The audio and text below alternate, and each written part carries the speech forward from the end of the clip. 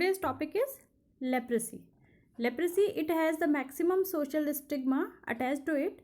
A common belief is that leprosy is due to past sins committed by the person. There is a belief that leprosy is hereditary and incurable. Stigma coupled with physical deformity reduces productivity and social isolation that grossly increases the level of stress, which leads to mental disorder. Now, regarding history, it is one of the oldest disease known to mankind. The first known written mention of leprosy is dated 600 BC in Sushruta Samhita and treatment with Cholmurga oil. Leprosy was referred to as Kusht in Vedic writing. Kusht in Sanskrit means eating away.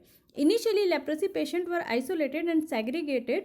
Communities were hostile to them, and the patients were also self-conscious and afraid to mix with the community. In British India, the Lepers Act 1898 was enacted, which discriminated against the leprosy patient and segregated them socially. Now comes to the introduction. Lepers comes from Greek word means scaly. Leprosy is a chronic infectious disease caused by Mycobacterium leprae. Mycobacterium leprae was discovered by J. Hansen in 1873, so it is also known as Hansen's disease. It is a public health problem because of the disabilities it produces in a few patients. While in previous time it was common in temperate climate, today leprosy is mainly confined to tropical and subtropical regions. Organs affected are peripheral nerves, skin, muscle, eyes, bones, testes, and internal organ.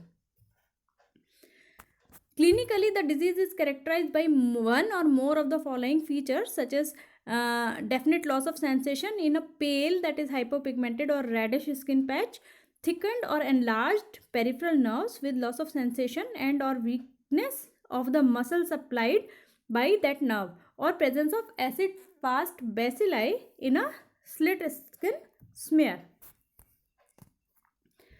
Now, out of 3 to 5% susceptible population who develop primary lesion, the lesion undergoes silent self-healing in 80 to 85% of such people. In the remaining 15 to 20% of the infected person, the future course is determined by the immune response, that is cell-mediated immunity of the host. At one extreme of the spectrum are the patient possessing good cell-mediated immunity response, and so the organism are confined to skin and nerves and are not allowed to multiply. Therefore, they are not demonstrable in slit skin smear examination. This type of response is called tuberculoid type of response, and it results in tuberculoid type of leprosy. It is also called as paucibacillary type of leprosy, and it is non-infectious. At the other extreme, the spectrum are the patient not possessing immunity at all and fail to evoke CMI response, thereby allowing the organism to multiply easily and even pass the skin barrier, enter the lymph stream, blood stream, and invade the reticuloendothelial system, later affecting the liver, spleen, and bone marrow. Eyes, nose, kidney, testes, etc. may also get invaded. The organisms are numerous in the skin and are easily demonstrable in skin smear. This type of response is called lepromatous type of response, and it results in lepromatous type of leprosy. It is also called the multibacillary type of leprosy, and it is highly infectious.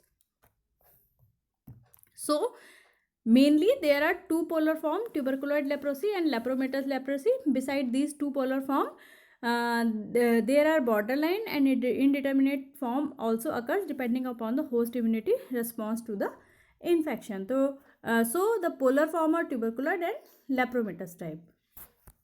There is a picture of tuberculoid and lepromatous type. Now there are different classification to describe the spectrum of disease, such as Madrid classification, Ridley-Joplin classification, and Indian classification. In Indian classification, it is based on clinico-bacterial classification. It includes indeterminate type, tuberculoid type, borderline type, lepromatous type, and pure neurotic type. In it, there is no skin lesion exist. The Indian classification is the official classification of Indian Leprosy Association, that is Hind Kush Nirvan Sangh. It is a clinico-bacterial classification. The clinical characteristic of various type are described in next slide. So there are different form: indeterminate, tuberculoid, borderline, lepromatous, and pure neuritic. In pure neuritic, only nerve involvement is there, and in tuberculoid type, few lesions, 1 or 2 lesions are found, and in lepromatous type, more than 5 lesions are found. Distribution of patches are asymmetrical in tuberculoid type and symmetrical in lepromatous type. Color, basically it may be hypopigmented or erythematous, maybe both type. Margins are well demarcated and raised in tuberculoid type and ill defined in lepromatous type. Nerve involvement is common in tuberculoid type, and in lepromatous type it is not seen or seen in very late stages. Pure neurotic type, only nerve involvement is there. Bacteriologically, skin smear examination, bacteriologically negative in tuberculoid type and positive in lepromatous type, and pure neurotic may it is also negative. There is some picture of indeterminate type of leprosy, tuberculoid type of leprosy, and borderline tuberculoid. Lepromatous type of leprosy, there may be some nodule also found. On the basis of field practice and clinical manifestation, for operational purpose and to avoid confusion among the field worker, in India, leprosy patients are grouped into only 2 groups: paucibacillary and multibacillary. Paucibacillary included 1 to 5 skin lesion with loss of sensation and or only one nerve involvement. Skin smear negative at all sites. And in multibacillary leprosy, 6 or more lesions are found with loss of sensation and more than one nerve involvement, and skin smear positive at any site. Now comes to the epidemiology. Agent factor: leprosy is caused by Mycobacterium leprae. They are acid fast, slow growing bacilli and takes about 12 to 14 days to divide into 2. It is an obligatory intracellular parasite, occurs in the human host, both intracellularly and extracellularly. They occur in bundles or clumps called globuli. Of the many antigen, that is more than 20, phenolic glycolipid is the specific leprae antigen. First bacterium, it is the first bacterium to be shown to cause the disease in human. No in vitro cultivation can be done. Humans and armadillo are only known natural host. Now, source of infection: all untreated leprosy affected patient with active leprosy are considered infectious. Multibacillary cases are the most important source in the community. Inapparent infection are also an important source of infection, and only 10 to 15% of all leprosy patients are infectious. Now, portal of exit: bacilli escape from respiratory tract, especially nose of the infectious person. Portal of entry: transmission of infection.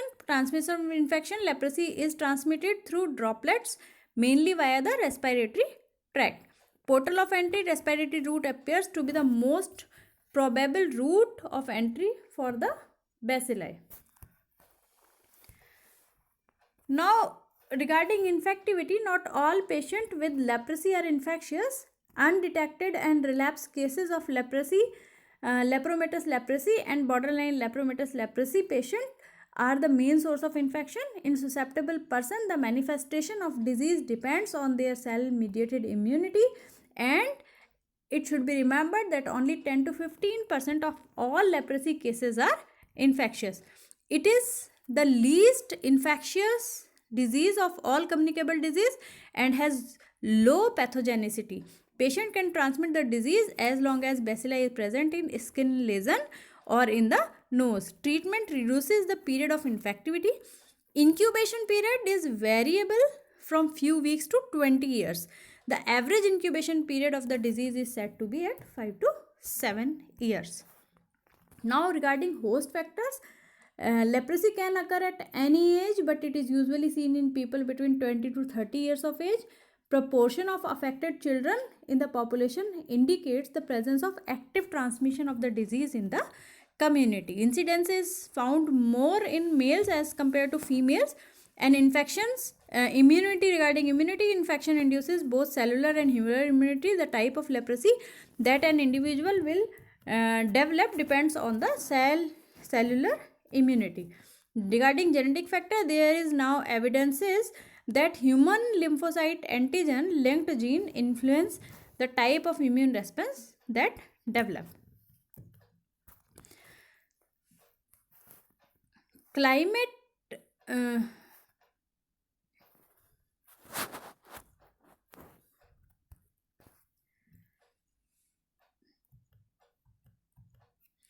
factors influencing the susceptibility. Children are more susceptible than adults.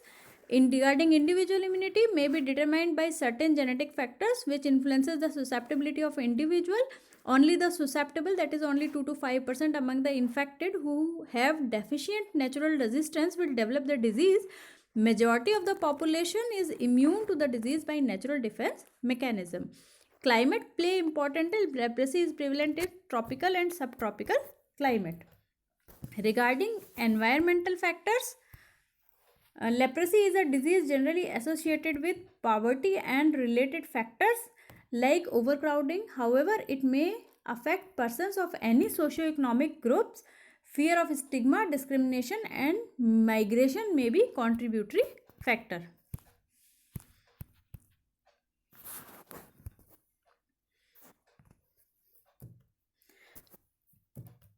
Now comes to the diagnosis.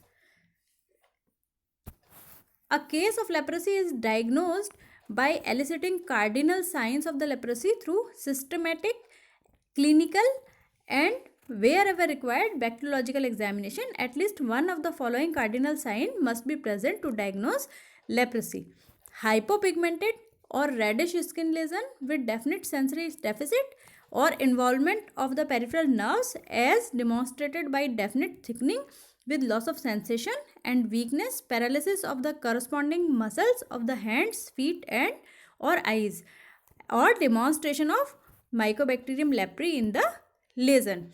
The first two cardinal signs can be identified by clinical examination alone, while the third can be identified by examination of slit skin smear. Now, clinical examination include examination of the patient for the presence of leprosy, comprises interrogation and physical examination. Interrogation, it include collection of biodata, family history of leprosy, history of contact with leprosy cases, detail of previous history of and treatment of leprosy, presenting complaint or symptom.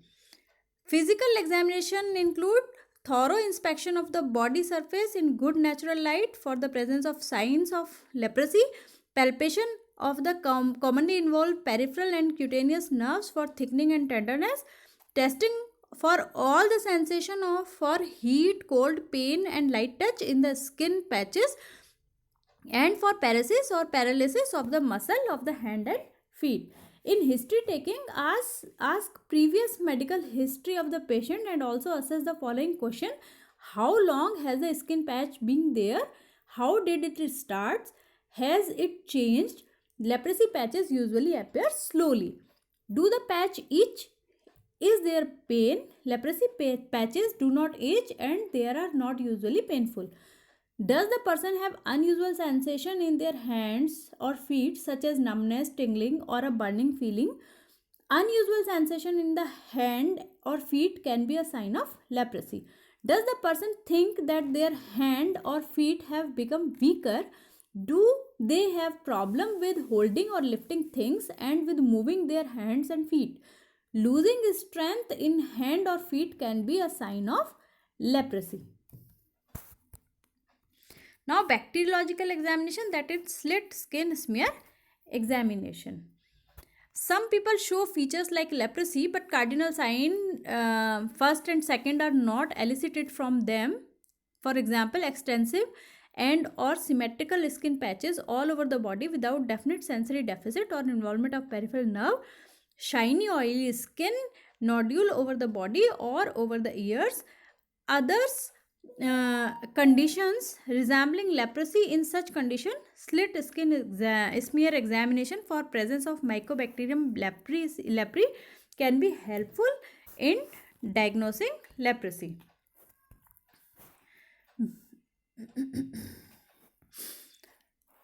Split skin smear is prepared by cutting a thin layer of skin from a skin patch. Less commonly, it is taken from the moist skin deep inside the nose, an area that is often heavily infected. The skin sample is placed on the glass slide, stained, and examined with microscope. Mycobacterium leprae in skin smear confirm the diagnosis of an infectious case of leprosy and help to diagnose relapse skin smear, and it is also valuable to evaluate case for the therapeutic research. Now this is the end of part 1. The lecture will be covered in 3 parts and other part will be continued in part 2. Thank you.